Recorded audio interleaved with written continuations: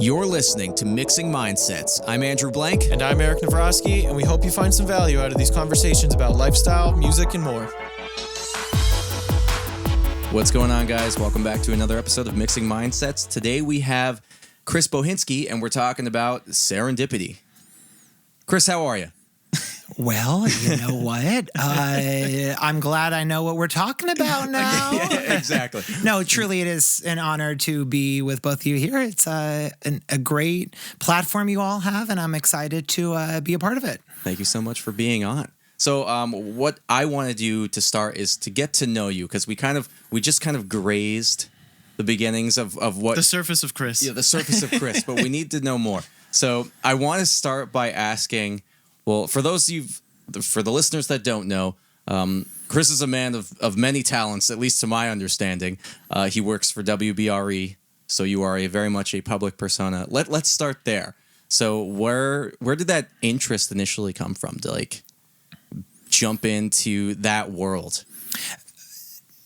That is a loaded question. Okay, all right. So let's go way back. Can we visit my TED Talk for a quick minute? Absolutely. And I'll give you a condensed version. Yes, please. In college, I went to school for chemistry. I was pre-med. The first day, the first day of my junior year, my dad was diagnosed with brain cancer. When that happened, it made me reevaluate what I thought life was. And also in conversation with him, what he thought life was. He was a very religious person, and just seeing how fragile things were in his world, wanting to make the most out of my time here on Earth. So with his illness, I decided to do a double major.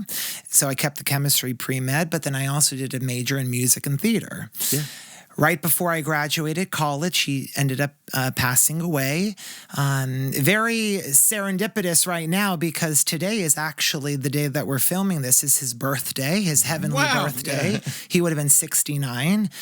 He was 58 when he passed. But his passing kind of made me think, you know what, life is short. I think I'm going to pursue this sort of performing aspect of what I think my life should be or could be. Sure. Yeah, absolutely. I moved to New York City without one friend, no connections, no contacts whatsoever. Yeah. Shortly after graduating, and loved it there. Loved living in a place that not only was new to me, but reminded me every day that you didn't know what the unknown was, and how each hour gave you a surprise. Yeah. Some good, some not so good. After working in film and TV for those 3 years that I was in New York City, my mother got sick with an illness, a recurrence of uterine cancer, which made me now again reevaluate what I thought was important in my life, or how I thought. Reevaluation. Wow. My path was going to go. And basically on the eve of my 3-year anniversary of living in New York City, because now mom was going to need to go through chemotherapy, and I'm the youngest of 3. And now without dad at home, she was by herself. She couldn't live by herself. So I moved back home, packed my bags, and said to New York, hey, I'll be back when I'm back. And for 2.5 years, I was a primary caregiver to my mom. Yeah. Lived and breathed every moment, basically as an aid to help facilitate her happiness and joy and keep her as positive as we can. It was never a death sentence of her illness. It was always in the grand scheme of things that I was going to move back to New York City when she got better. Right. But things didn't go the way that I thought they were going to go. And that path took me down a road where she kind of got increasingly more immobile, and it made my decision to stay at home, extend. Fast forward 2.5 years, she passed away, and in the process of moving back to New York City, kind of a very serendipitous moment occurred in my life that made me ultimately stay back at home. And then that was 3 years ago with PA Live. And now I'm here on Mixing Mindsets. Wow. So I'm sorry I know, that's if that was too condensed or maybe it wasn't so condensed. No, that's a very crazy story. Absolutely. I mean, it's we appreciate obviously you being open enough to share a very vulnerable section of your life as well. But yeah, so anyways, that leads us up to now. You took this job with PA Live, and I mean, when we met a few years ago, you weren't doing it, I don't think. No, I think it was 2019. 2020, right before COVID happened. We were volunteering at Tim Tebow's Night to Shine event in Wilkes-Barre, Luzerne County.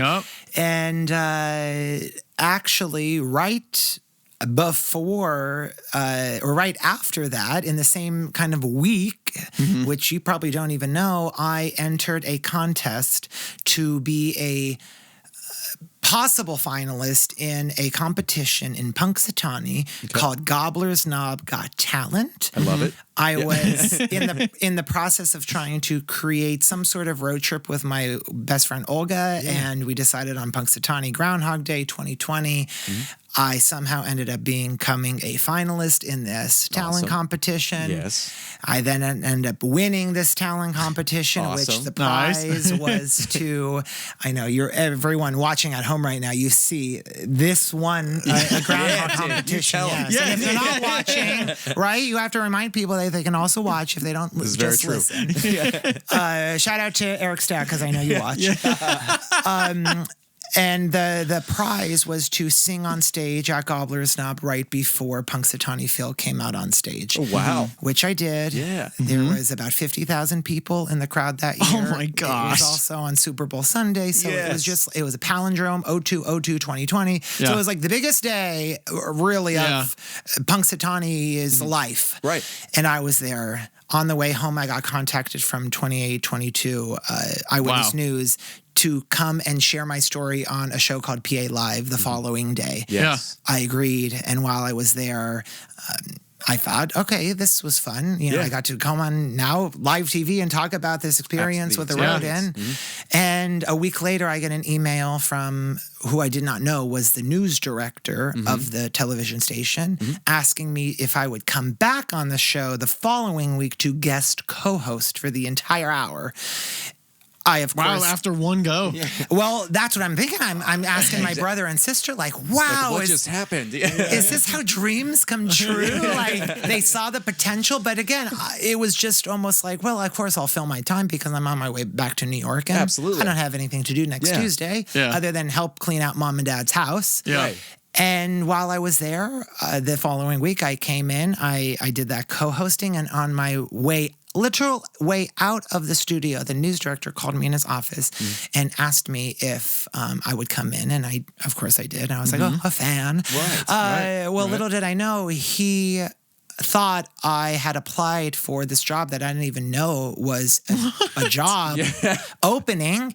He closed the door, tries to pull up my resume on the computer, and it's like, and Chris, you're just like, he said, well, you're here for the job. And I said, I'm not sure what you're talking about. I said, hang. This was just for fun. I said, I didn't apply to any job. And then we had like an actual interview, but he was like, I am going to, like, are you interested? Like, I actually do have to have you fill out an application, like, if you want it. And I said, yeah, why not? And then long story short, a few weeks later, I become the new co-host of PA Live. And that was again, about 3.5 years ago. This word, serendipity is literally it just, like... everything just kind of clicked in my head as his story unfolded. And very, very interestingly enough, the Night to Shine event that we met each other at, because I'm pretty sure that's where we met, was my last day of working for. So like I used to work for Parker Hill, which is now LCBC, whatever. Used to be called Parker Hill. That was church. Yeah. I used to work for the church. That event was hosted by the church, and I worked there, and that was my very last day of working.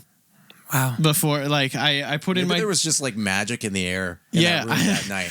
That just kind of sprinkled on everyone. It was a tough decision. We were talking so much about what it would look like if I got like more hours, potentially full-time, what my life would look like. And I ended up in a very bittersweet way saying, like, I love you guys here. This was great, but I need to move on. I joined a band. I started touring heavily and whatnot. And I was like, I'm going to help you with all of these events or whatever. And then, like, my last day is going to be Night to Shine. And that was like February 7th, I think, of 2019. And literally met Chris that night. I think 2020, because this is COVID year. No, it's the year before? Yep. Okay. Yep, definitely. Because I started You have that locked dating, and loaded in here. Yeah, no. I started dating my wife in May of 2020, and we only started talking because I quit the church. Because she didn't think that she was going to see me too much anymore. Serendipity. And so she reached out to me and was like, hey, like, I don't know if, because she lives like 40 minutes from me. So she was like, oh, I don't know if we're going to like see each other anymore. So let's like hang out or whatever if you're quitting the church. So yeah, anyways. So yeah, that was my last time. We met each other there and we started just kind of chatting throughout the years here and there. And you ended up interviewing me for at Abide that one time for the bridge. I had such a fun time with that. I love being interviewed. So yeah, so I also fill in as a reporter for 2022 as an anchor, and we again serendipitously met up again after a few years, and yeah, just like randomly, you just walked in the shop one day, and I happened to live at Abide basically at the time. Oh, interesting. Yeah, no, not like actually live, but Sarah and I would go there all the time. Yeah, absolutely. We're big.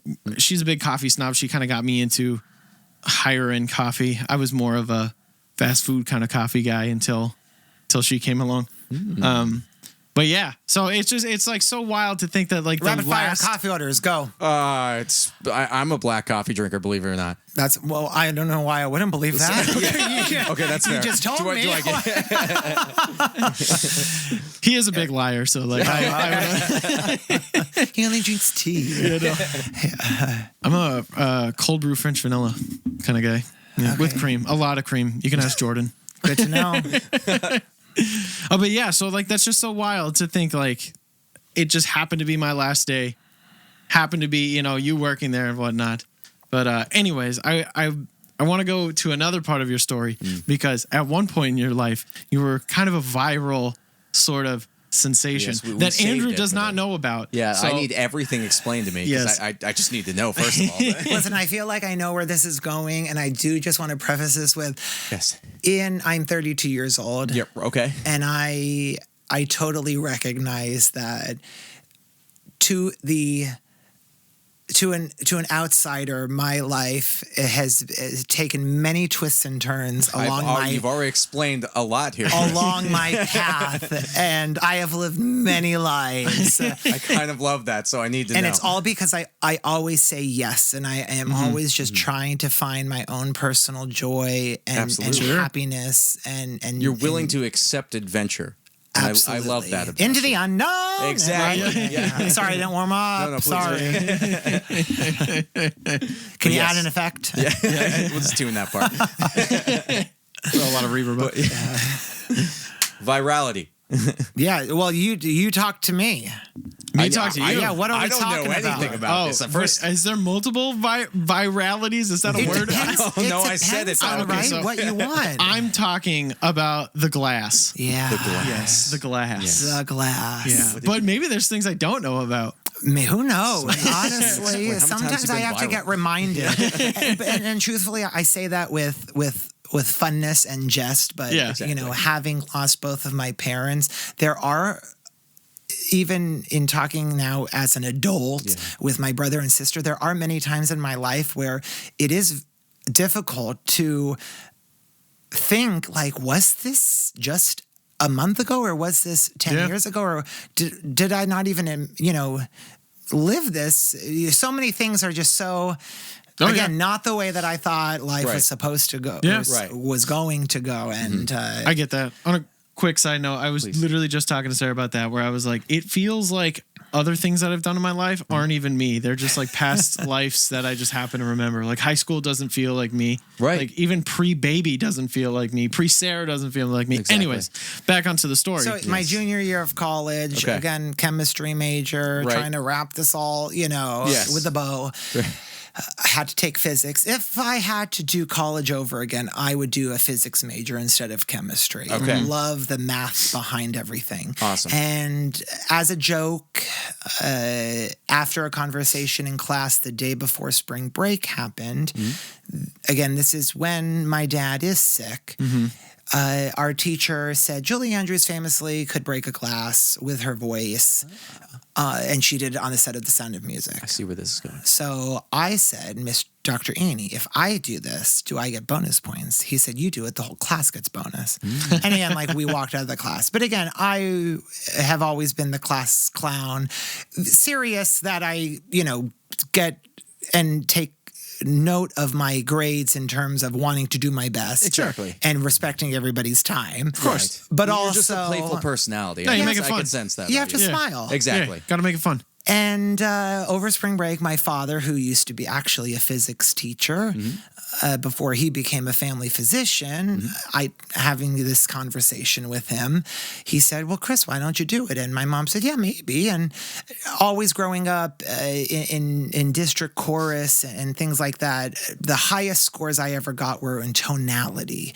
And my dad was like, well, Chris, you have to have a good tone, and that's maybe you try it. And again, my mom and dad were always encouraging of anything and everything I did. Yes. We are not beer drinkers. I mean, we are not wine drinkers. Okay. Beer drinkers in the house. Gotcha. So we didn't even have wine glasses in our house to try to say, hey, let's break a wine glass. So we went to the Goodwill, all three of us, in our normal pajama summer wear, and came home, and with our little digital camera video camcorder, I said, Dad, film this. It'll probably be funny. Okay. Yeah. And if you watch this video, just like you're watching this video or you're listening to the podcast. Available on YouTube. Absolutely. My mom doesn't even get out of the recliner, let alone put her feet down in the recliner, let alone shut the TV off. It's American Idol is on in the background. Gotcha. And she puts it on mute.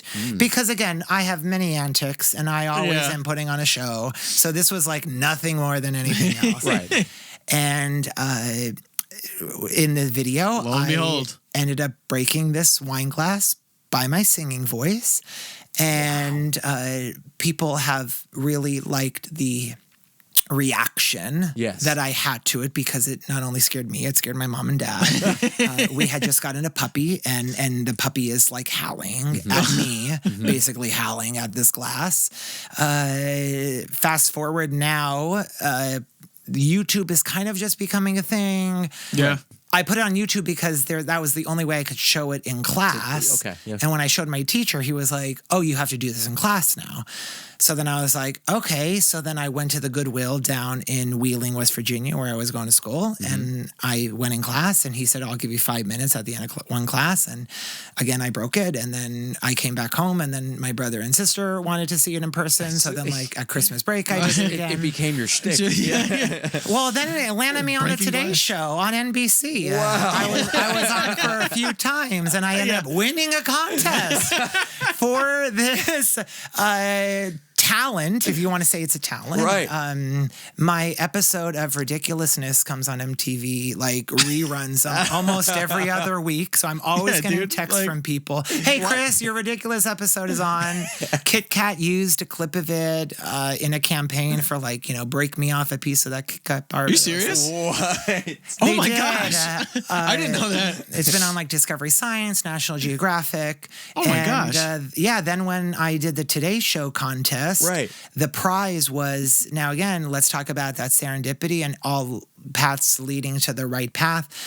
The prize for that contest that I won because of that talent, which America voted on, not Today's Show producers. Yeah. America voted for me, against other people over the course of a day of voting. So coming back to the show. Thanks, America. Thank you. The prize was all expenses paid trip to Los Angeles because it was in conjunction with America's Got Talent. Gotcha. Yeah. And on that trip, which I took my mom, she fell. And it was because of that fall and a resultant scan that we found out that she had this very slow-growing cancer. Oh my gosh. Spread throughout her lungs.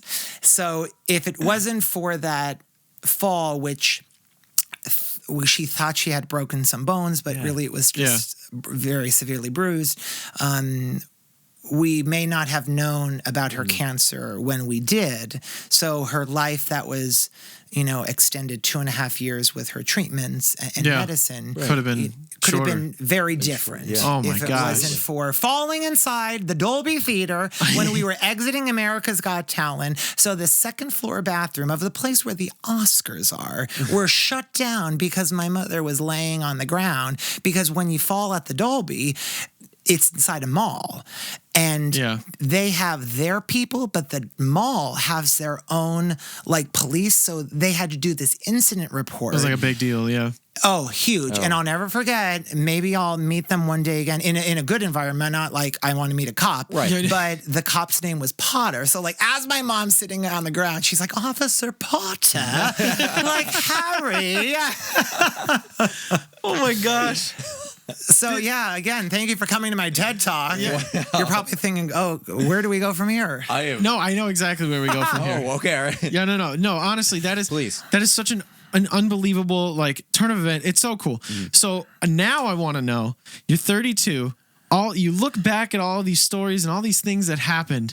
How does that shape the way you go forward now? Because you're still super young. I mean, we're all basically close to the same age. We're all still very young. So you have a lot of life ahead of you. Yeah. And when you can't look at these moments and almost not just surrender to the future of just whatever happens.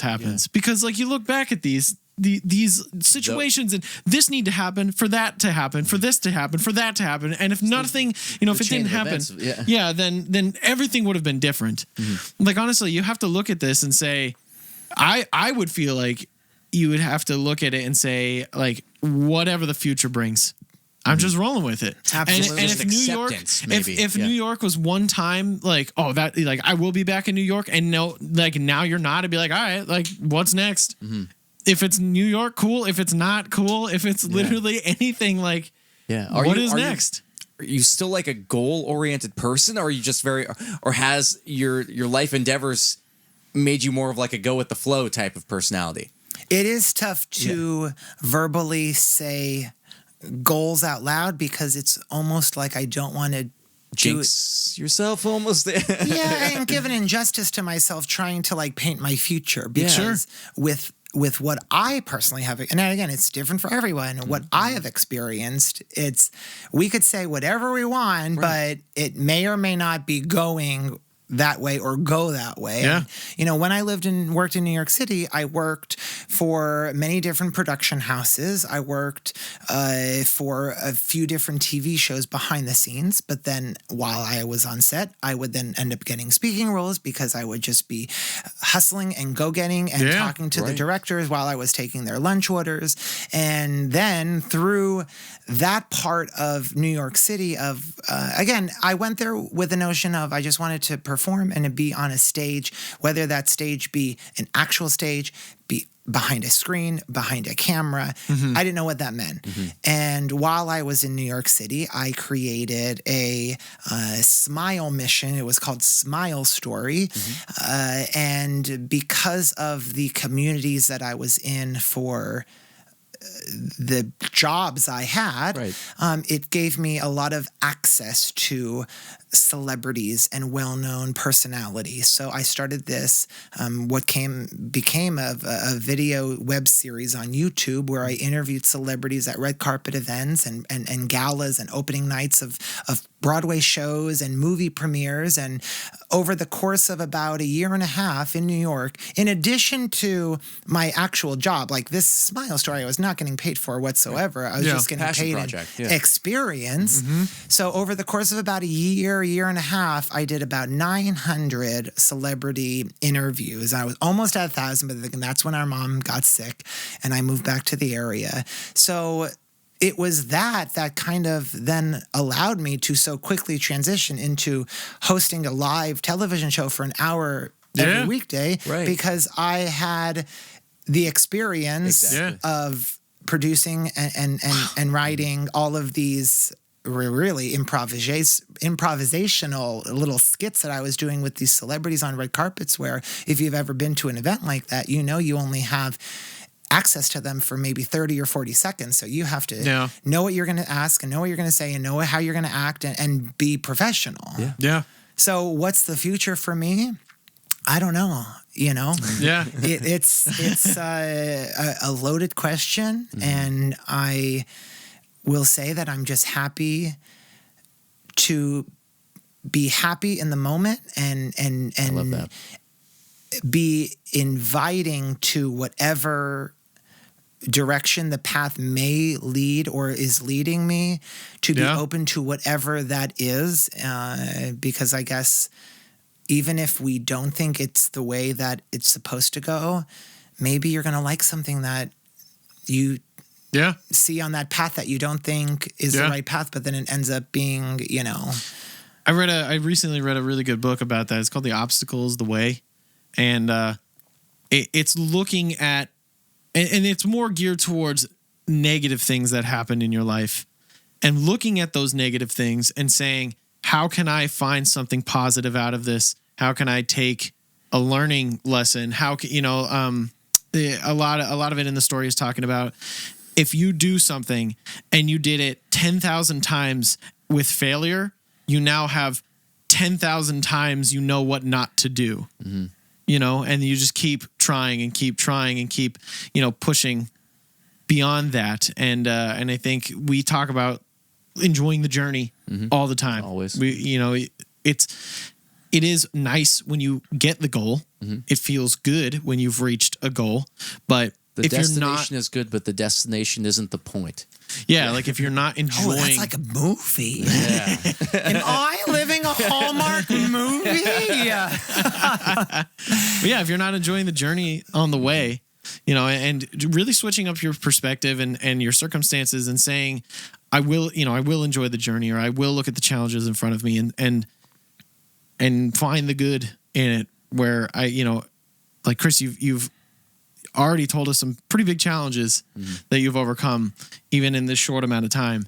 And I think that is kind of an inspiration. Absolutely. You know, and just something that I think everyone should take away and use as their own perspective. You know, like hearing your story has been crazy and awesome, you know, and kind of gives fuel to my fire, at least. Same you here. know, no, to absolutely. say like, you are a very inspiring person. Yeah.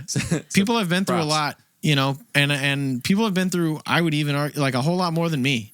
And they've come out on the other side, and they've come out a better person for it. So I'm trying to implement that in my life. I look at the challenges and I say, how is this challenge, where it may suck in the moment, going to make me a better person at the end, you know, at the end of the day? Well, it's very humbling and nice of you both to not only invite me here, but also then say nice things to me. We all have our own tragedies and triumphs and joys and highs and lows in our life, and to be able to come together just as human beings and talk and just happen to be being recorded right now. Connection was the point. It's very nice. So I appreciate you both. Yes. Wonderful. And that basically wraps up our 30 minutes here. So Chris, thank you so much. Where can people find you? They can find me on social media, Chris Bohinski. I don't have any fancy monikers. It's all right. Yeah, you know. Just for our audience, we're Instagram friends. Just clarifying that. Yeah. No one knows anything about that. We absolutely Andrew Blank are. And Chris Bohinski and have each other added on Instagram. Right? If anybody else wants to help mix my mindset, or I can mix your mindset in a good way, let me know. Watch PA Live. Support Chris. He's a wonderful person doing wonderful things. Thank you. Thank you so much. Bye-bye.